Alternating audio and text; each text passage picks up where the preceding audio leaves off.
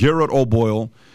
He is a Christian, a husband, a father, indefinitely suspended FBI agent, former police officer, infantry veteran of Iraq and Afghanistan, truth seeker. He's a special agent, was given a new assignment in September of 2022 in Virginia. He was stationed in Wichita, Kansas at the time.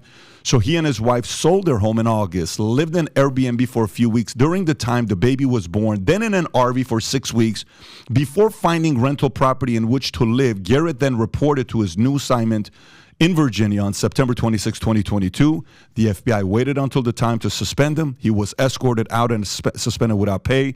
They intended to close on a home shortly after, which of course fell through as well because Garret is still an employee of the FBI, and they have prohibited him from earning wages that are more than $7,500 per year. I mean, even Bernie Sanders will be pissed off at that, right? That's like, that doesn't make any sense. Yeah. They did not allow him to get everything they owned out of storage in Virginia for 6 weeks. Garrett's family, now with 4 young daughters, were living out of suitcases for those 6 weeks without proper clothing for the weather or even toys for their children. Gentlemen, thank you so much for being a guest here on PBD Podcast. Thanks for having us. So first of all, if you don't mind taking a moment and kind of walking through the process of, you're kind of sitting there like, do we really want to go through this or not? Do we really want to do this? I feel like the phase you're going through is when you want to become a whistleblower and there's talks that these guys may be coming on and they may be sharing stuff. They first have to defund you in a way where you don't have any money. Let's get these guys to be broke. Number 2, they have to discredit you. They don't know what they're talking about. You're not true whistleblowers. Then phase 3 is demonize you. I don't know if demonizing phase is even here yet. I don't know what's to come next to you guys. It's going to be very ugly with you guys. And then at the end, if you're right and your testimony, your arguments, and people fighting on your side, then there's vindication, right? I think you're right now in the discredit, demonizing phase that you are. But what was the process you guys went through in saying, look, do we want to do this or not? And I know there's a George Hill, there's a Gary Shapley, and there's a few other folks there as well. But maybe walk us through what made you guys say, you know what, I'm doing this. I'm not holding back anymore. Go ahead, Garret. For me, it got to a point where there had been numerous things in the FBI that I saw over just the short time I'd been in it. And it boiled down to a conversation I ended up having with my wife in, I think it was roughly October of 2021.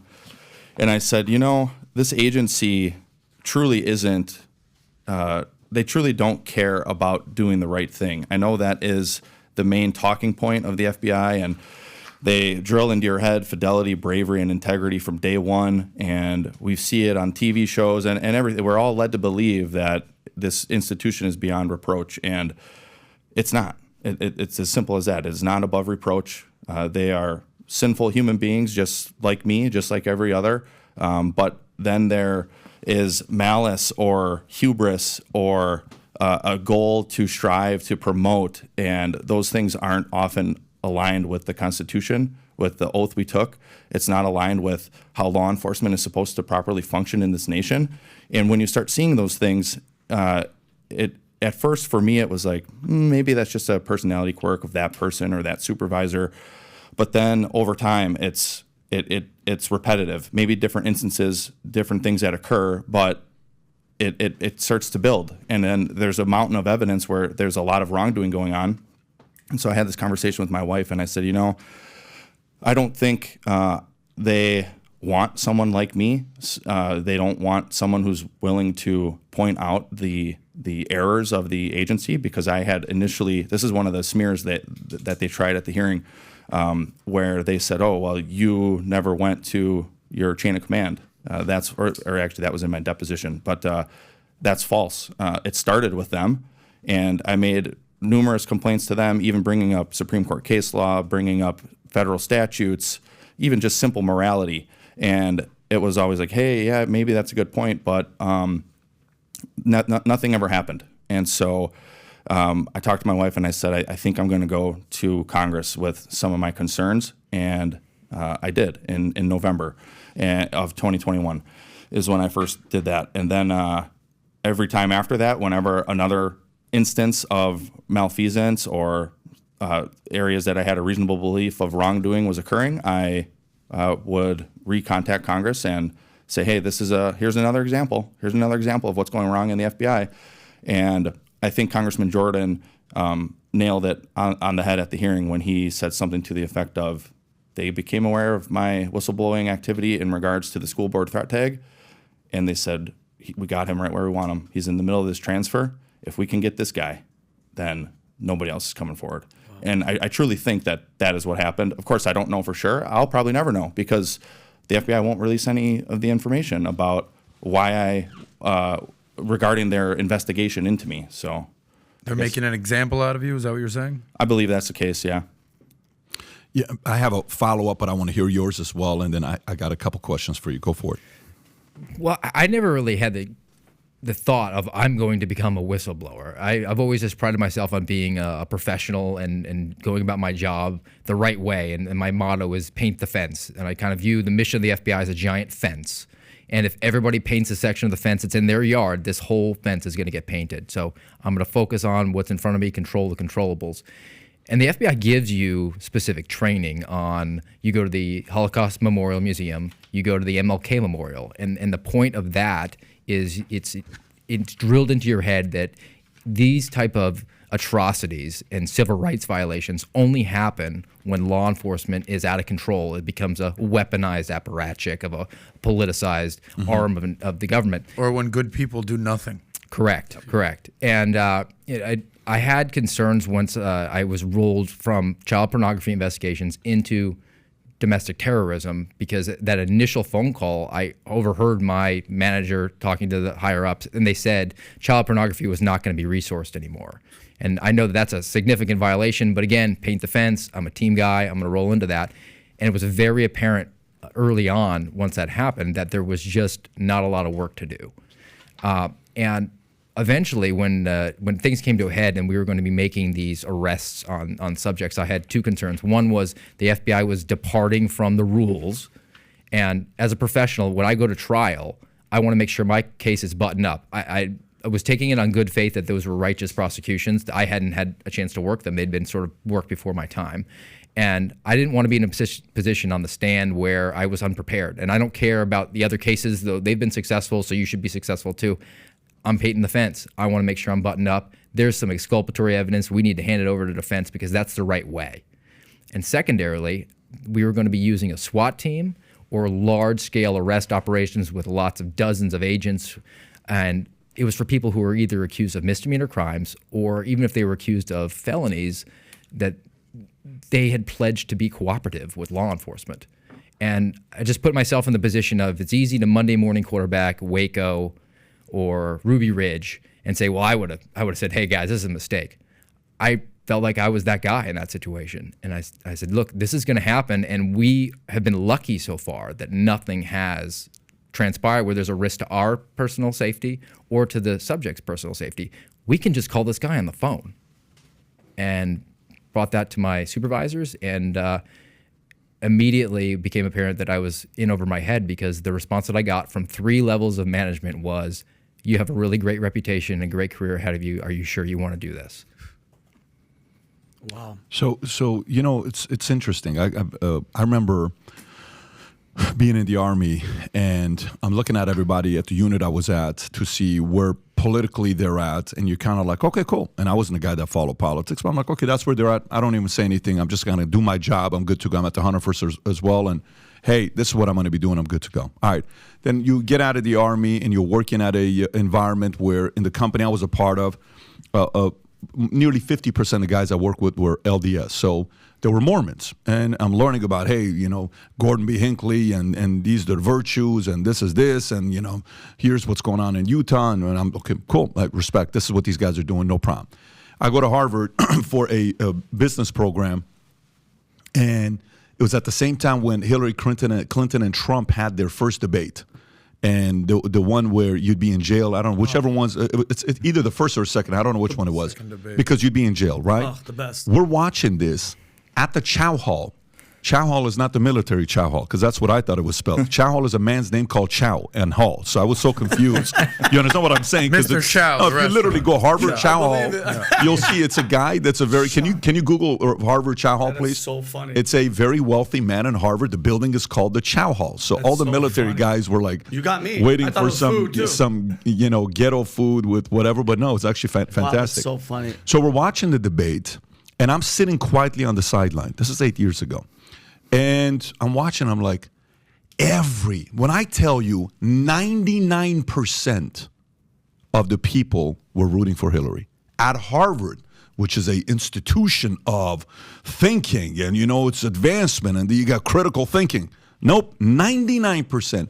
And every time Trump got her, boo, boo, boo. And I'm like, wow. Yeah, this is pretty ridiculous. I like a good debate. You guys are all on one side. This is not a university. This is a shit show here, right? Yeah. So, but eventually, you do one of two things when you're in an environment like that. You either sit there and you say, well, I better not say anything because I know where these guys stand. Or you sit there and you risk saying something. And if you do, you're going to create a lot of enemies. Did you both have a moment like that where you're sitting there saying, well, I kind of know every one of these guys they hate Trump. Every one of these guys can't stand Republicans. Every one of these guys, I better not say anything and try to be as level-headed as possible in my argument? Or you were like, no, everybody knew where we stood and I still gave my argument. What was it like? For me, where I was in Wichita, I'd say most of the people there, we were reasonably minded people. But it boiled down to, so there's a passage in the Bible in Ephesians where it talks about the armor of God. And a key theme of that is standing firm. And that means standing firm in your faith against the schemes of the devil and standing firm for the truth. And you mentioned it. It's not easy. It has not been easy. I can only imagine. And I'm sure it will get hard again. I'm sure the spiritual forces at work are mounting an attack, and I'm certain the FBI is mounting some type of attack on me and Steve and others for speaking out because like you said about Harvard, the institutional rot, it's everywhere. It has been infiltrated everywhere. And so I wouldn't say it was like a watershed moment of like, this is the hill. I think that the hill is picked for us, and we just have to obey the supreme commander, Christ. And if we don't do that, then we will have to account for that at the end. And so it was more, for me, it was more of that aspect. And then locally in Wichita, I would bet most of the people there agree with me about most of these things. For instance, the school board threat tag. My boss himself, when that threat tag came out, came to my squad because I worked JTTF, and it was a criminal and a CTD, criminal terrorism division threat tag. He straight up said to us, we will not be going to school board meetings on this squad. Now, we never got tasked with actually having to do that. So my question is if the pressure came from above, because in the FBI, that's my stance, is that HQ level, senior staff, executive staff level, that is where the institutional rot is the worst, and the headquarters level, that's where it's the worst. So if that pressure came down from above, would he have stood firm on that belief that we wouldn't go to those school board meetings? I don't know, because I'm pretty sure Steve was one of the agents who was ordered to go to one of those school board meetings. Yep. Yeah, we actually surveilled a January 6th subject. We were told that he was going to be going to a school board meeting that was going to be expected to be kind of rowdy. There was some pornographic material that was discovered in the school library, so a lot of parents were going to it. And it was sort of clear to me at that point that there was an attempt to marry January 6th domestic terrorism to school boards. We wound up going to the parking lot and watching this guy, and we were attempting to document anybody who he was meeting with, get their license plates. And that's just another downstream collateral damage effect of this growing domestic intelligence agency that the FBI has sort of evolved into. But to the original question for me, just sitting in the room with these people, I felt like I had conviction about what I believed. And no man can serve two masters. They were attempting to please their higher-ups because their ambition and their passion for the FBI is to promote. That's really what it is. Once you get into those management, not leadership, management ranks within the FBI, Promote from within. You're saying. Promote, and it's a very systematic process where it's every 18 months you need to be filling out your resume and doing it in a certain way, pleasing the right people to go to the next role. So they're never actually doing the job they want to do. Their job in their mind is get to the next job. So they just didn't have the conviction that I had where I say, this is not an easy decision, but it's simple. And when I was bringing my concerns to them, some of them were genuinely perplexed that I would put this out there to them when I could just simply do what I was told. And there were some true believers. My special agent in charge, she certainly used some choice words with me. She called me a conspiracy theorist, and she said that I represented a fringe belief and that I couldn't possibly understand anything that happened on January 6th because I wasn't there, but she was there on the 7th floor, which is FBI internal code speak. If you say the 7th floor, that means the FBI director. It means you're an important person by proxy. So she says, I was on the 7th floor that day that those people tried to seize our democracy. And that phrase, that language choice to me says that she's really a true believer, and that was in keeping with things that she had done. We're now in the blessed month of June here, and she put up a gay pride flag display in our office in Jacksonville. And after the Dobbs decision was rendered, she put an email out talking about women's rights potentially being lost. So definitely was not hiding her left politics. First of all, I want to thank both of you guys for your service, both law enforcement and military. Me and Pat are both veterans, and I saw the entire hearing last night. We flew in from Texas, and it was not only embarrassing, it was disgusting just to see how, from everything that you guys have done, it takes 1 second. I think it was you, Garrett. You said that you didn't swear an oath to the FBI. You guys swore an oath to the Constitution of the United States, which states all enemies, foreign and domestic. This is the domestic. That's them. That's the domestic. So I want to ask you guys a question in regards to January 6th. I think I read something that they didn't want to lump everybody in just as one case. They did it individually. So these people, when they went home, they could go after them in all these states to make it seem like white supremacy and this terrorism was widespread. Is that one of the directives that they told you guys that? That's my whistleblower complaint. That's it right there. Yeah. So they said, you let them go home, and then we'll get them individually so we can make this whole January 6th. It wasn't just this one event. It was across the nation. Yeah, it's the way that the FBI rulebook says is if the offense occurs in a location, you're supposed to open it in that location and investigate it. You can do what they did, which was they opened a separate case for every single person, assign them to the areas where they lived for logistical purposes. However, once that decision is made, and it's very dubious that they made that decision, Yeah. it's very clear that they're juking the stats. Of course. But it's still allowable. Where they then departed from the rules, and it's definitely a departure, is they stood up a task force in Washington, D.C., which was giving directives to the agents in the field who, on paper, were supposed to be in charge of those cases. So there was a situation, and I expressed this to my bosses.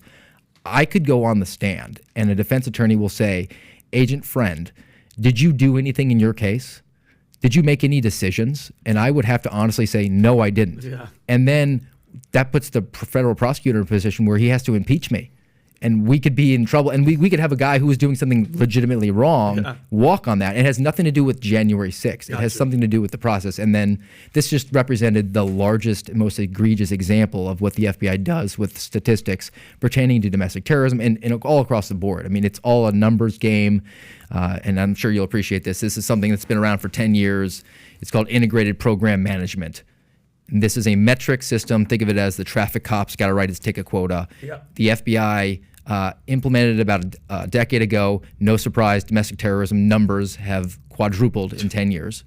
And it is not only tied to funding requests from Congress for the agency, it is tied to executive compensation. Senior executive service members get somewhere between $30,000 and $50,000 because their subordinates are able to open up a certain number of cases, use certain tools. So Garrett can speak to this.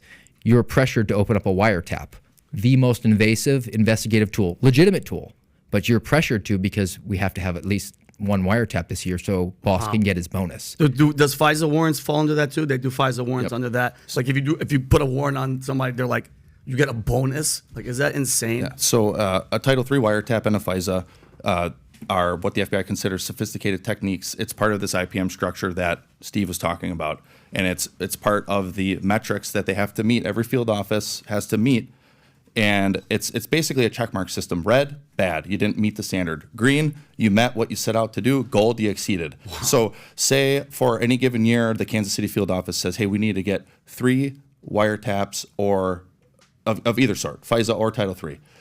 So of course that pressure is going to then trickle down onto the people doing the actual work because the boss wants to get that gold check mark so you get that bonus. Wow. And it's especially in law enforcement in the alleged land of the free. You have a system in place where you're giving a monetary bonus for law enforcement work. That is not how the scales of justice are supposed to tip, because in law enforcement you seek the facts. You find as many facts as you can because that is going to get you as close to the truth as possible. With any given case, you may not ever know the entire full truth, but you can get close enough. And well, that's why we have a court system and different standards of, you have reasonable suspicion and probable cause and beyond a reasonable doubt and all these things, because you may never get 100% of the truth. But when you have the highest ranking member in any field office really in the forefront of their mind thinking, man, I know I have a really nice SES salary, but I can get that bonus bumped up even more if we can get a lot of these sophisticated techniques or numbers of arrests or whatever. And it's like that's not how law enforcement is supposed to work. That's how sales works. Right. Like a sales team is like Who determines that comp plan? Who created that comp plan 10 years ago? The federal government. Oh, the IPM structure, I'm not sure, but there is a federal statute across all federal government for all SES employees. But who created that incentive? Who led it? it's FBI. It's all across the FBI. It's all across the board. All across every federal government institution. It was So it had to be the government. Pat. It was an outside consulting. I don't know if it was McKinsey or somebody like that they brought in. I believe it was actually multiple consulting companies kind of came up on this system. And it's not even just opening up in a certain number of cases in using a certain number of tools. And then you start playing the sales game of, I've had situations where I was told, hey, we already hit our numbers for this year. We don't want to exceed them too much because then we're going to have to hit higher numbers next year. Can you delay indicting that case for a couple months till the new fiscal year? And by the way, I can see that happening because in sales, it's called sandbagging. So what that means is, say you have end of the month, you already beat everybody, but you got 28 deals you can wait and hang on to for 5 days to report on the first of the next month to start off strong, and you've already hit your bonuses for the month, so you sandbag. But that's in business and sales. If there's anywhere there shouldn't be sandbagging, is the FBI. Well, you're putting the public at risk of fraud and force. And I think it would be interesting, and I've never done this, but now that you've mentioned that, maybe do a statistical analysis of how many cases get brought in the first week of October. Interesting. Wow. Yeah, that's a good Because that's point. Q4 is what you're saying. That's fiscal year rolls over. September 30th to October 1 is the new fiscal year. Yeah. So I wonder how many search warrants get loaded up on October 1st, 2nd, and 3rd, just because those squads are saying we're holding this back, and then at the first possible moment, because at their core they're still cops, they want to go get the bad guy, and then they just unleash at that point. That's actually a great point. I doubt the FBI would ever release that information, but I'm sure Steve can attest to that. Well, anybody who's worked in government, at the end of the fiscal year, what happens? Hey, we got this much money left. We got to spend it, or we're not going to get it next year. So if you like this clip and you want to watch another one, click right here. And if you want to watch the entire podcast, click right here.